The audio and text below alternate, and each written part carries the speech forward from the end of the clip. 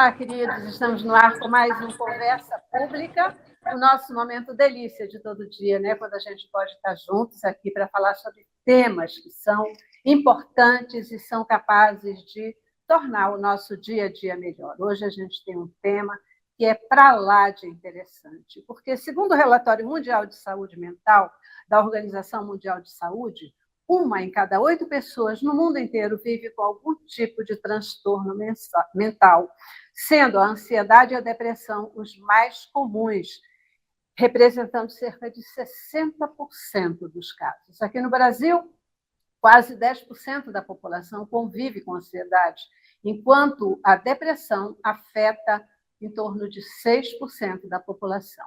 Esses transtornos não apenas comprometem o bem-estar mental, mas também podem impactar gravemente a saúde do coração. Você já tinha considerado isso? Já tinha pensado nisso? Já parou para pensar quanto que a ansiedade e a depressão podem impactar diretamente na saúde do coração? Para falar sobre esse tema e nos trazer informações preciosas, eu tenho o prazer de receber aqui no estúdio hoje a doutora Patrícia Oliveira. Ela que é cardiologista do Centro de Cardiologia do Hospital Sírio-Libanês. Doutora Patrícia, muitíssimo obrigada pelo seu tempo e disposição de estar aqui com a gente hoje. Muito obrigada a vocês pelo convite, fico sempre à disposição para ajudar nesse tema, discutir um pouco sobre esse tema de tão relevância, né? Verdade, né? A gente aqui relacionando, nesse momento, a questão, né, da saúde mental, especialmente nas questões de depressão e ansiedade, com transtornos do coração. Doutora, quais são as alterações biológicas causadas pelos transtornos mentais? Nós temos um aumento aí significativo do número de pessoas com transtornos mentais, como você até comentou no começo, aí na abertura do programa, né? Isso tem impactado de diversas maneiras e diversos sistemas do nosso organismo. Não só o sistema cardíaco, né? A gente vê que tem doenças que nós chamamos de doenças autoimunes, como doenças reumatológicas, alergias, e muitas vezes elas são decorrentes também de mecanismos biológicos decorrentes de estresse, ansiedade, depressão. No sistema cardiovascular não é diferente. Nós temos mecanismos, principalmente no nosso sistema nervoso, onde a gente faz as nossas conexões do sistema cardiovascular com o sistema nervoso, que faz com que essas ativações, principalmente dos nossos neurônios, em alguns centros específicos do nosso cérebro, do nosso sistema nervoso central, a gente libera algumas substâncias que são muito estimulantes, que podem aumentar pressão arterial, aumentar a frequência cardíaca e alterar, então, várias partes do nosso sistema, inclusive do nosso sistema cardiovascular. Além disso, as pessoas com quadros depressivos e com quadros de ansiedade, essas pessoas tendem a se cuidar menos, né? Essas pessoas tendem a prestar menos atenção no autocuidado. Então, acabam desenvolvendo doenças cardiovasculares com maior facilidade.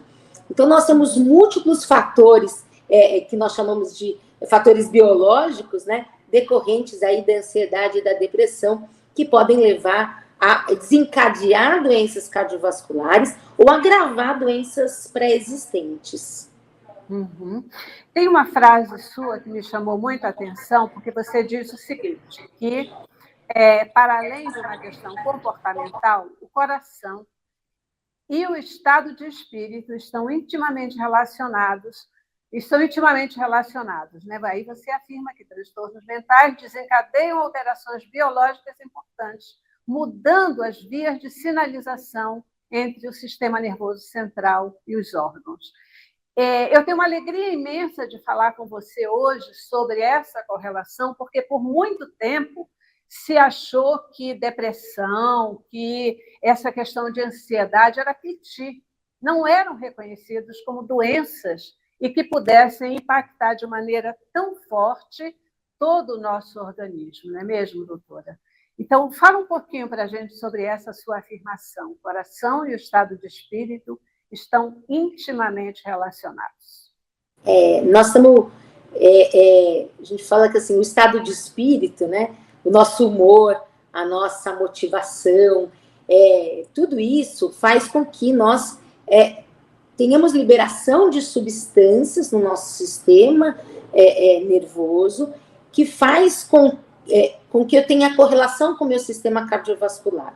Então, quando nós temos quadros de ansiedade, por exemplo, essas relações ficam muito estimuladas, vamos dizer assim, e a gente libera substâncias, por exemplo, adrenalina, noradrenalina, que fazem com que o meu sistema cardiovascular fique muito estimulado, fica muito excitável e fica muito suscetível a aparecimento de algumas alterações.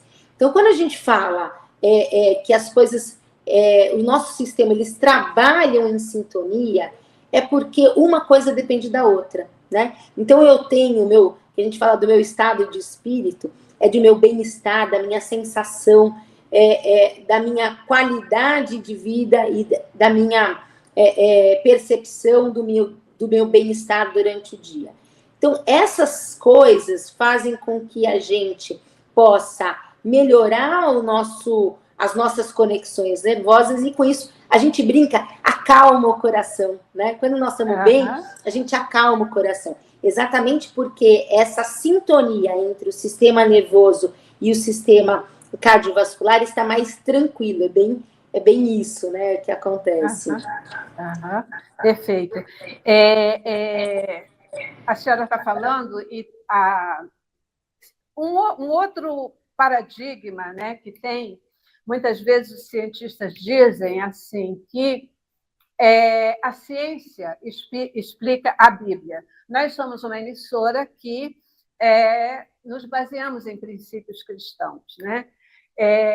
E olhando e lendo para conversar com você, olhando os seus temas, não teve como eu não me remeter a Provérbios 15, 13 na Bíblia, que diz o seguinte: olha só, o coração alegre aformoseia o rosto, mas pela dor do coração o espírito se abate. É tudo que você acabou de dizer aí agora, né? Tá lá. De acalmar o coração.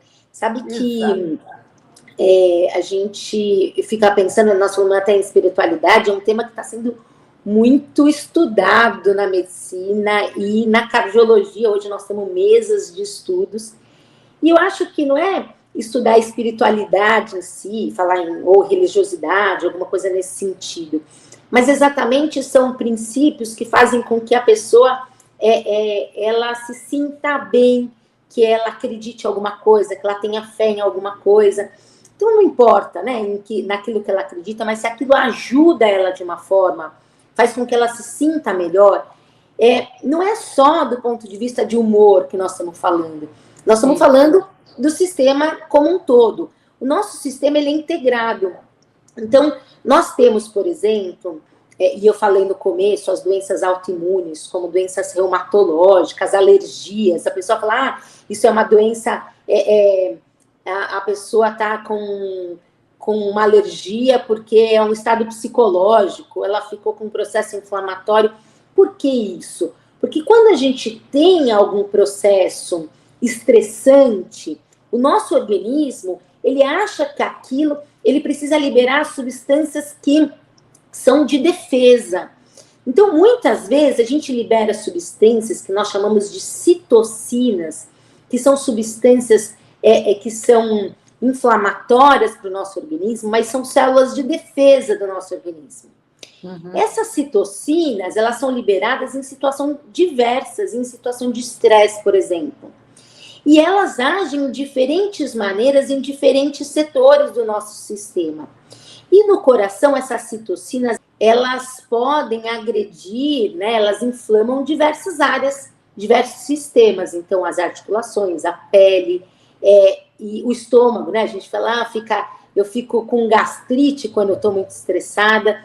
E essa inflamação também pode ser nos vasos, Então, elas inflamam os vasos, inflamam as artérias, fazendo com que eu tenha diversos e variados problemas, como algumas que a gente chama de vasculites, de miocardites, que são inflamação desses sistemas. Então, o estresse, ele é um mecanismo inflamatório que a gente fala, né? Então, quando a gente fala, olha, eu tenho que reduzir o estresse, é para reduzir esse estímulo, né, dessas substâncias inflamatórias que ele libera. Além disso, ele reduz essas conexões nervosas que a gente tem, reduzindo, então, a gente fala que nós temos um sistema que é muito conhecido, que chama sistema simpático, que ele ativa algumas vias de sinalização, estimulando muito o nosso sistema, aumentando pressão arterial, aumentando frequência cardíaca, liberando adrenalina, noradrenalina, que fazem com que nosso sistema seja muito estressado. Então, eu acabo levando decorrente a isso, levando a desencadear as doenças do coração. Exatamente o ponto de atenção, né, que você está trazendo hoje para a gente, do quanto é importante a gente cuidar da mente para que o corpo também fique são, né? Uma mente sadia, ela gera um corpo sadio. Queridos, eu estou conversando com a doutora Patrícia Oliveira, ela que é cardiologista do Centro de Cardiologia do Hospital Sírio-Libanês, e ela está trazendo para a gente aqui informações ou nos ajudando a refletir como que a depressão e a ansiedade, né, enquanto transtornos mentais, eles podem provocar doenças do coração, impactam diretamente na saúde do nosso coração. Doutora Patrícia, essa questão do impacto, né, da saúde mental no coração é um privilégio ou uma prerrogativa mais dos idosos, ou isso também pode afetar os jovens? Na realidade, não é uma prerrogativa só dos idosos, né? Eles pode afetar os jovens também. Mas o que a gente vê é quem está mais suscetível a esse quadro de ansiedade e depressão. Então, por que nós temos muita correlação e muitos estudos em idosos, né? Porque nós estamos tendo um número maior de idosos com quadros de transtornos de ansiedade e depressão, e esses idosos que muitas vezes já têm uma doença cardíaca pré-estabelecida, então os quadros de ansiedade acabam agravando as doenças do coração.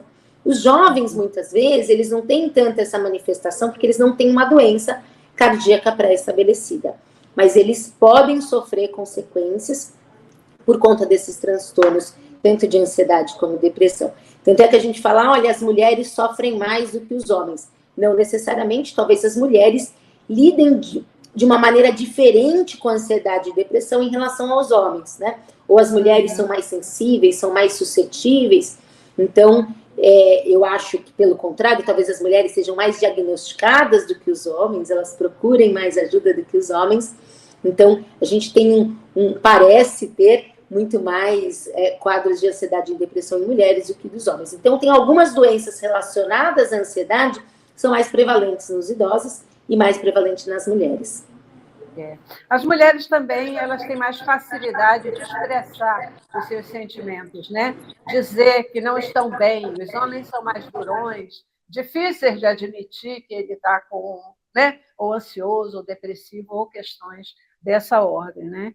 E, mais uma vez, a importância da nossa conversa aqui hoje, porque isso tem sido trazido o tempo todo, que a ansiedade, ela é meio que a doença do século, né? Algo que está aí impactando realmente as pessoas. E o outro dado que você trouxe é o próprio Brasil, só para a gente se situar no Brasil, ele está envelhecendo, né? A população do Brasil ela está envelhecendo, então são pontos que a gente precisa conhecer, para que a gente, em conhecendo, cuide e evite problemas maiores. Doutora, como perceber que, de repente, esses fatores estão impactando a nossa saúde? Tem sinais concretos que a gente vai dizer assim, olha, procura um especialista? Eu acho que isso é muito importante, o trabalho de uma equipe multidisciplinar, né? Eu trabalho num serviço de reabilitação cardíaca, né? Reabilitação cardíaca é um programa multidisciplinar que nós realizamos todas as ações, além dos remédios, além de cirurgias e tudo mais, é tudo aquilo que a gente pode fazer para ajudar os pacientes a melhorarem a qualidade de vida. E uma das coisas muito importantes quando os pacientes iniciam no programa de reabilitação é a avaliação de uma equipe da psicologia. Como nós falamos, as mulheres, elas se expõem mais, elas mostram mais, né? Essa sutibilidade delas, elas são muito mais sensíveis nesse aspecto. Os homens são muito mais difíceis da gente detectar um grau de depressão ou de ansiedade, porque normalmente eles são provedores da casa, eles saem para trabalhar, então a gente considera que eles estão sempre estressados. Mas será que esse quadro de estresse não é um quadro depressivo? Será que esse desânimo e esse cansaço exagerado, será que não é um quadro de ansiedade e um quadro inicial de depressão? Então, muitas vezes, a gente precisa de uma pessoa mais, com mais ferramentas para tentar fazer o diagnóstico, pelo menos algum indício que essa pessoa está entrando em algum quadro, ou algum transtorno de ansiedade e depressão. Os pacientes que já têm doença cardíaca, então, por exemplo, que eu estou falando no programa de reabilitação, normalmente são pacientes pós algum evento cardíaco, pacientes que infartaram, pacientes que foram submetidos a alguma cirurgia cardíaca, tem um quadro de insuficiência cardíaca. Esses pacientes, eles são muito suscetíveis a ter quadros de depressão e ansiedade. E aí, nós precisamos, junto com o tratamento do coração propriamente dito, tratar, né, intervir de alguma forma nesse quadro psicológico, psiquiátrico desses pacientes, né? Porque tudo isso anda junto, né? É muito difícil a gente melhorar as doenças do coração se a gente não melhorar a percepção desses pacientes. Então, quando a gente tem um programa multiprofissional e a ferramenta, isso ajuda muito.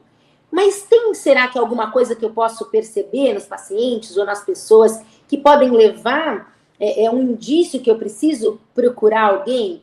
Então, diminuição de motivação, redução desse autocuidado, a pessoa que não tem estímulo para fazer uma atividade física, ela deixa de se arrumar, começa a dormir mais, sentir mais cansaço, choro fácil, alterações de hábito alimentar, alterações de qualidade do sono.